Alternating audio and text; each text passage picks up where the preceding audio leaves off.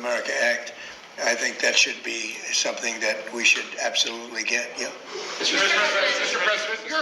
President, you're a proud father. Would you have vaccinated your children differently based on the recommendations that Well, I you put out did. today? I took my children for 5 different vaccinations. In other words, I broke it up. The one visit where they just pump, what seemingly looks like gallons, where they pump so much in. I took all of my children from day one. I believed in this a long time ago.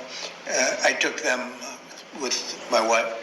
I took them through 5 different visits to the doctor. Essentially, they get 20% each, and I had no problem. So it's inconvenient. It's 5 stops, but it's something that I think will have a huge impact on autism. Yeah. Mr.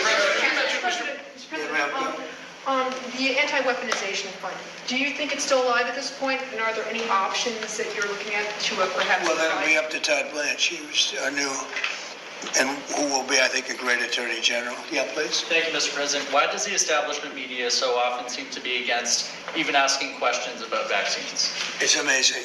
When you come up with a recommendation for a vaccine, it could be the medical groups, the pharmaceuticals with this. If the worst thing that would happen would be nothing happens. We're not going to lose anything.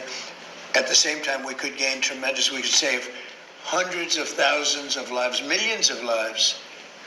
And I wish we could have done it a long time ago. You know, we got stopped by court.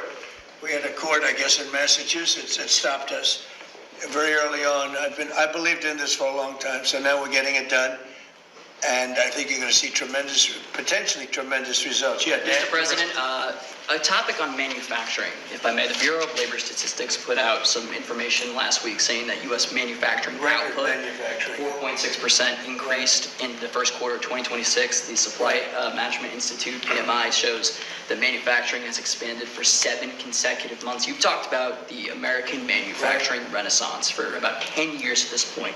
Given all the statistics and the investment that have come in, do you feel vindicated at this point? So we're doing record increases in the United States in manufacturing. A lot of that has to do with the tariffs because companies are coming in, they're not able to sell their product unless they come in because they have no tariff if they build their product, whether it's a car or something else. If they make it in the United States, there is no tariff. So they're coming in. We have a record number of factories under construction, factories, plants, things as such. Toyota just announced that they're building the largest car plant.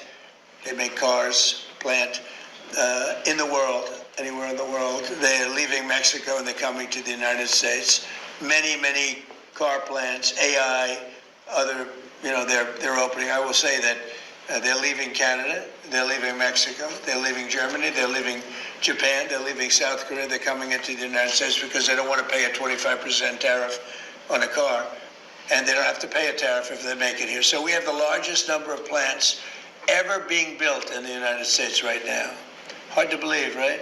Because if you listen to some of our past projects, we'd never be a manufacturing country again. And these plants are going to start opening up in about 6 months. And I can only say that the next president will get a lot of credit for what I've done. Please remember it was me, not them.